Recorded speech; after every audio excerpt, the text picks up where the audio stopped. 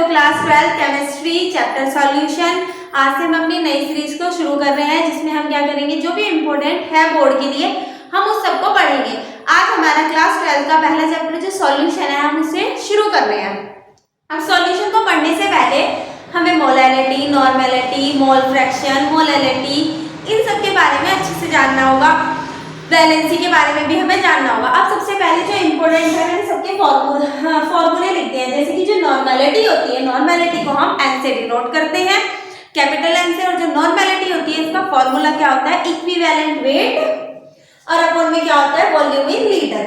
Equivalent weight of solute upon में volume in of solution in litre.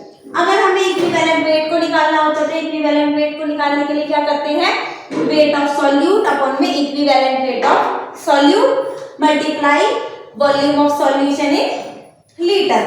अब क्या है, इसको हमने डिजिट की फॉर्म में लिख दिया। जो वेट ऑफ सॉल्यूट होता है इसको हम W से डिनोट करते हैं, इक्विवेलेंट वेट को E से, और वॉल्यूम ऑफ सॉल्यूशन को हम V से अगर लीटर में है, और अगर मिलीलीटर में है तो हम 1000 से डिवाइड कर देते हैं। इसको मतलब कि मल्टीप्लाई में लिख देते हैं। अब इसके बाद जो हमारा नेक्स्ट टॉपिक है उसमें क्या है, हमारी मोलैरिटी है। जो हमारी मोलैरिटी होती है इसको हम कैपिटल एन से डिनोट करते हैं। वेट ऑफ सॉल्यूट अपॉन में क्या होता है, volume of solution in litre. Moles of solute upon में volume of solution in litre. और मोल को निकालने के लिए हम गिवन वेट अपॉन में ग्राम मोलिकुलर वेट लेते हैं। तो वही लिखा है, वेट ऑफ सॉल्यूट अपॉन में molecular weight of solute multiply volume in litre.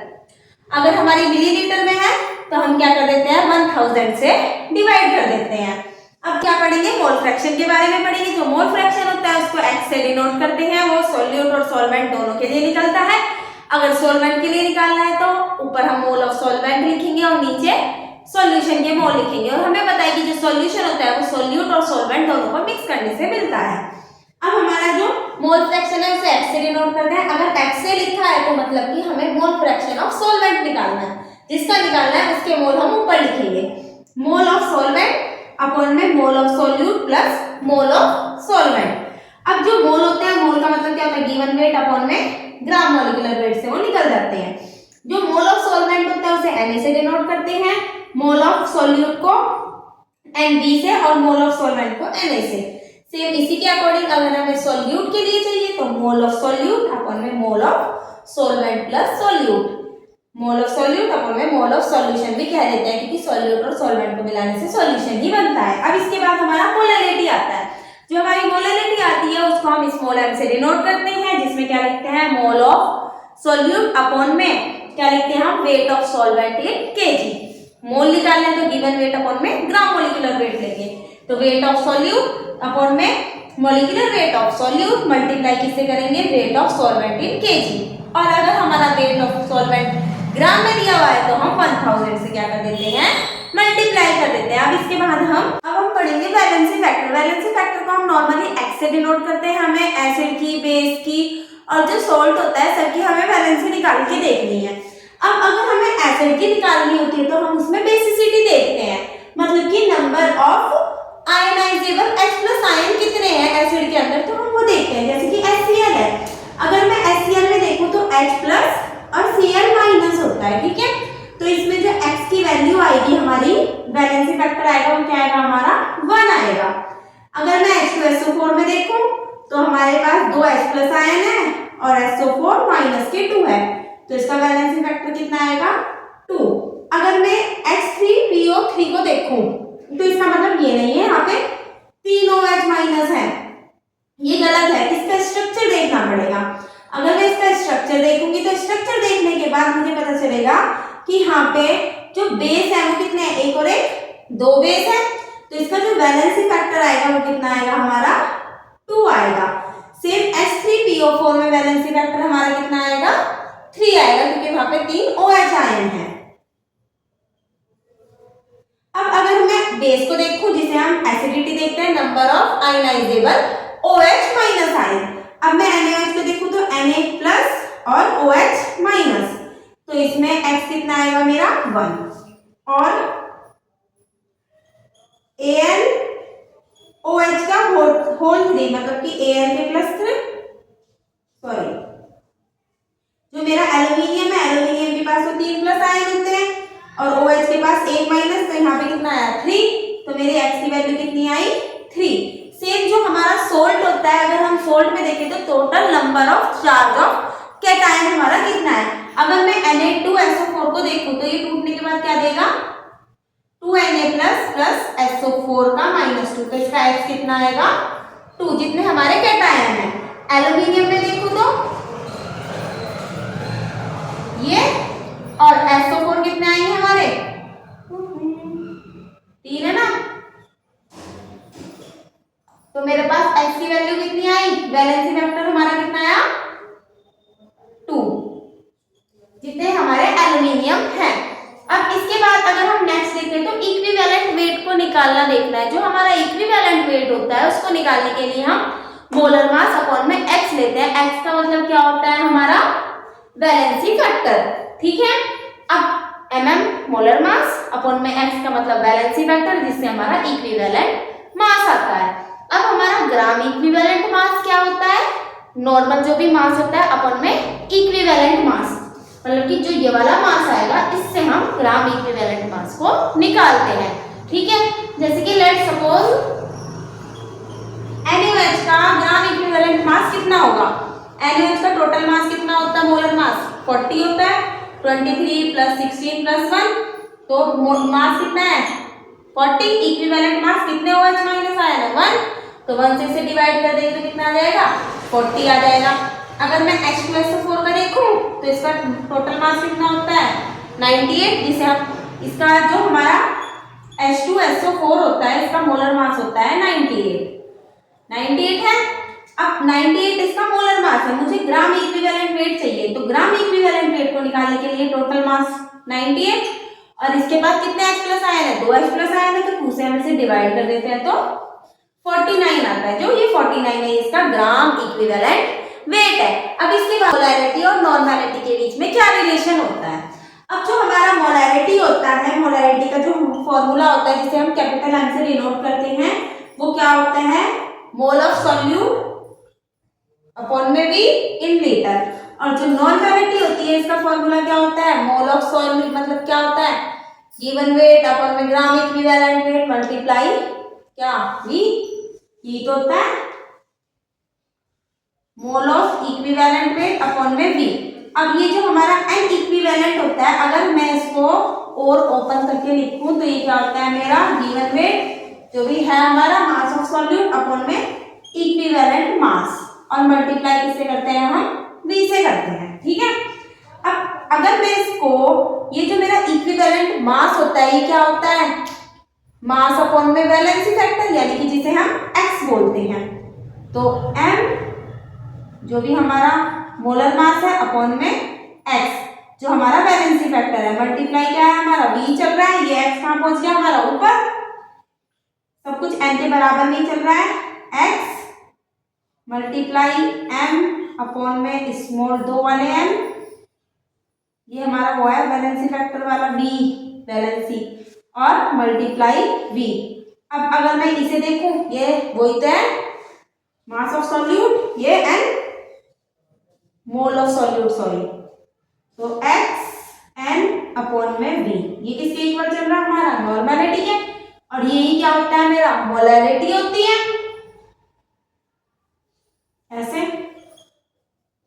Valency factor multiply n upon में v, ये हमारी मोलैरिटी है। तो जो मेरा n आएगा n बराबर क्या आ जाएगा मेरा x इंटू m, x का मतलब मेरा वैलेंसी फैक्टर, अगर मैं वैसे लिख दूं ताकि आपको कंफ्यूजन ना हो तो डॉट का मतलब भी क्या होता है मल्टीप्लाई m, ये हमारा रिलेशन होता है किसमें मोलैरिटी और नॉर्मैलिटी के बीच में। अब इस चैप्टर में हम सॉल्युबिलिटी के बारे में पढ़ेंगे। अब जो हमारी सॉल्युबिलिटी होती है, सॉल्युबिलिटी क्या होती है amount of solute dissolve in amount of solvent at constant temperature and pressure, amount of solute dissolve in given amount of solvent at constant temperature and pressure when solution just reach in a saturation, जब solution अपनी saturation state पे पहुंचने वाला हो। अब कौन कौन से फैक्टर होते हैं जो हमारी solubility को इफेक्ट करते हैं, temperature, pressure, nature of solute और सॉल्वेंट। अब जो सोल्यूट सॉल्वेंट का नेचर है, अगर लाइक डिसॉल्व लाइक है तो सही है। एग्जाम्पल जैसे कि जो हमारा ऑयल होता है वो डिसॉल्व नहीं हो पाता वाटर के अंदर, यानी कि पोलर और नॉन पोलर का मिक्सचर है वो। अब इसके बाद जो हमारा टेम्परेचर होता है, टेम्परेचर भी सॉल्युबिलिटी को इफेक्ट करता है। दो तरीके की रिएक्शन होती है हमने बताया, एक एक्सोथर्मिक होती है और एक क्या होती है हमारी एंडोथर्मिक। एक में से हीट रिलीज होती है, एक में हीट की जरूरत होती है एनर्जी की। एक्सोथर्मिक क्या होती है हमारी, जिसमें हीट निकलती है। एंडोथर्मिक जिसमें हमें एनर्जी की जरूरत पड़ती है, क्योंकि हीट देनी पड़ती है रिएक्शन कराने के लिए। तो इसमें टेम्परेचर इंक्रीज होने के साथ साथ सॉल्युबिलिटी इंक्रीज होती है, किसमें, एंडोथर्मिक में। और एक्सोथर्मिक में टेम्परेचर इंक्रीज होता है और सॉल्युबिलिटी डिक्रीज होती है। एंडो में टेम्परेचर के साथ साथ सॉल्युबिलिटी बढ़ेगी और एक्सो में टेम्परेचर बढ़ेगा बट सॉल्युबिलिटी घटेगी। इसके बाद प्रेशर, जो प्रेशर होता है only when solute is gaseous state में, अगर हमारा सॉल्यूट है तभी प्रेशर वैरी वो होगा, सॉल्युबिलिटी में देखा जाएगा। अदरवाइज जो हमारी सॉलिड है और वेपर इज वो लिक्विड स्टेट है उसमें नहीं देखा जाता। जो डाल्टन का लॉ होता है वो भी गैस के लिए ही वैलिड होता है। पार्शियल प्रेशर ऑफ जो भी हमारा है, पार्शियल प्रेशर ऑफ डाल्टन के लिए, partial pressure of oxygen gas, partial pressure of carbon dioxide gas, hydrogen gas क्या होता है, इक्वल करके हम इसे निकालते हैं। अब इसके बारे में हेनरी लॉ, अब तक हमने जो सॉल्यूशन चैप्टर में पढ़ा है मोलैलिटी, नॉर्मैलिटी, मोल फ्रैक्शन, मोलैलिटी और वैलेंसी फैक्टर, इक्विवेलेंट वेट को निकाला, ये सब क्या है जो सॉल्यूशन चैप्टर है इसके लिए बहुत इंपॉर्टेंट है, क्योंकि इस चैप्टर में आएगा। इसलिए मैंने आपको पहले ही सबके फॉर्मूले लिखा दिए और बता दिए, सारे अच्छे से समझा दिया, ताकि क्या हो जब हम ये वाला चैप्टर करें तो हमें इजीली सब कुछ समझ में आए। अब जो हमारा हेनरी लॉ होता है उसमें क्या होता है, जो प्रेशर ऑफ गैस होता है वो डायरेक्टली किसके प्रोपोर्शनल होता है, हमारे मोल फ्रैक्शन ऑफ गैस के। हेनरी लॉ गैसेस के लिए लगता है, सॉलिड के लिए नहीं लगता।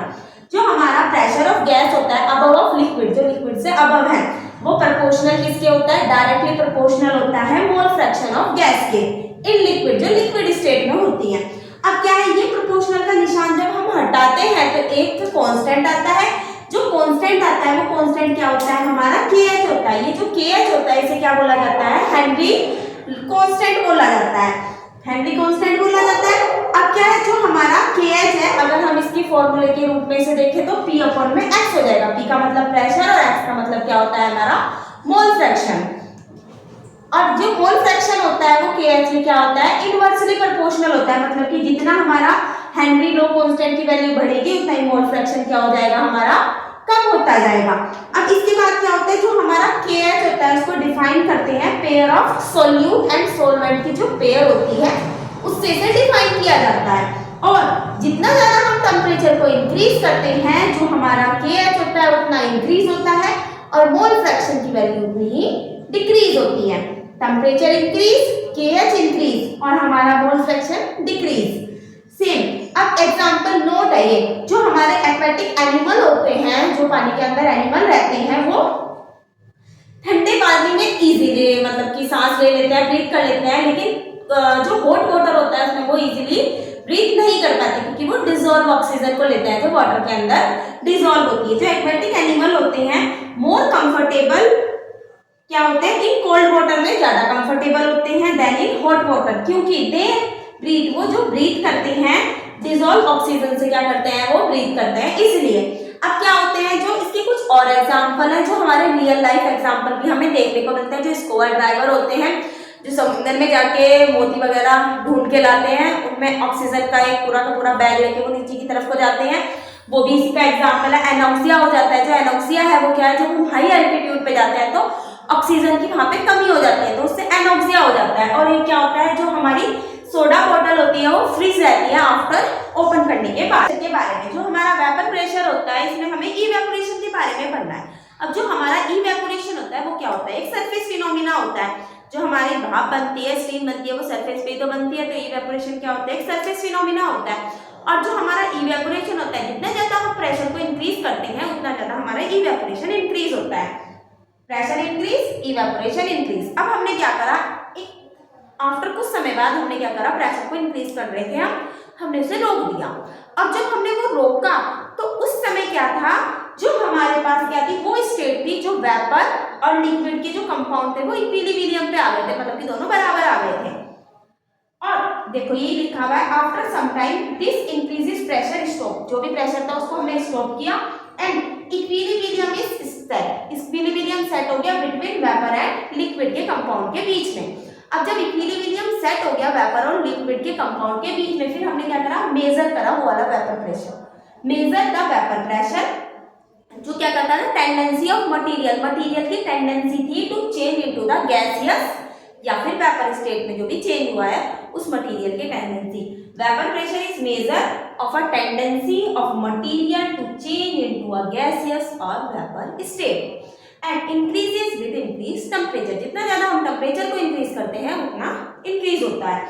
अब ये जो टेम्परेचर है, जितना हमने क्या करा था, वेपर प्रेशर ऑफ सरफेस थी लिक्विड की, temperature at which vapour pressure at surface of liquid become equal to B, जितना हमने बाहर से प्रेशर दिया था दोनों क्या हो गए, एक दूसरे के इक्वल हो गए सराउंडिंग में, तो इसे क्या कहा जाता है, बॉइलिंग पॉइंट कहा जाता है।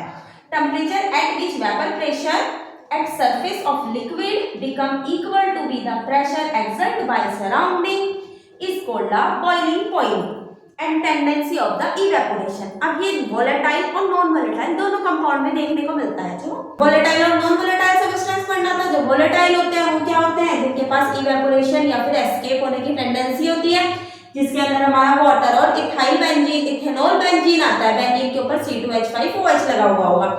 और नॉन वोलेटाइल क्या होते हैं, जिनका कोई भी कंट्रीब्यूशन नहीं होता वेपर प्रेशर में, शुगर, यूरिया और ग्लूकोज।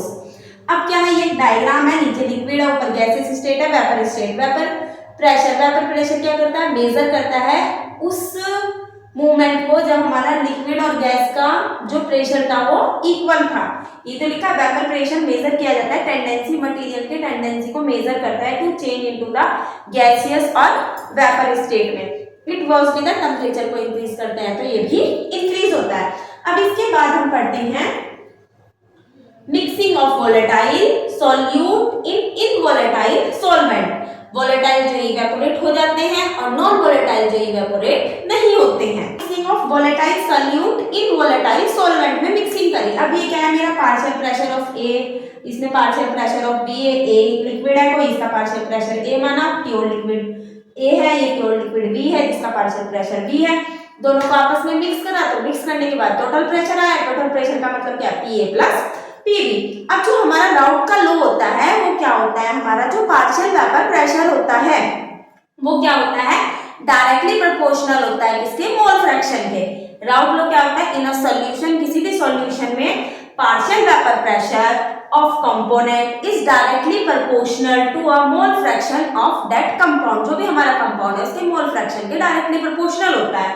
अब जो हमारा कोई अगर प्योर लिक्विड ए है, पी ए क्या है, प्योर प्रेशर है, प्योर लिक्विड ए है वो किसके प्रोपोर्शनल होगा, एक्स ए के, मोल फ्रैक्शन ऑफ ए के। अगर कोई बी है तो वो एक्स बी के प्रोपोर्शनल होगा।